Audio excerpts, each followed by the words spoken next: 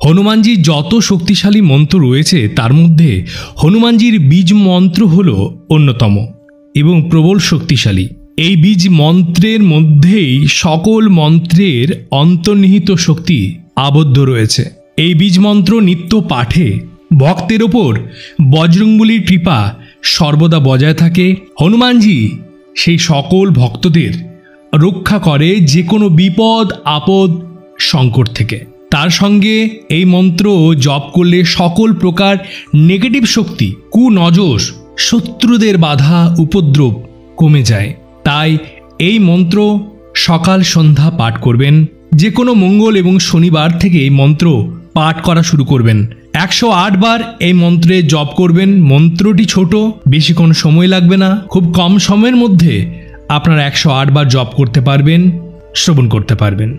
এই মন্ত্রটি হল ওম এম ভ্রীম হনুমতে শ্রীরামদূতায় নমঃ। ওম এম ভ্রীম হনুমতে শ্রীরামদূতায় নমঃ।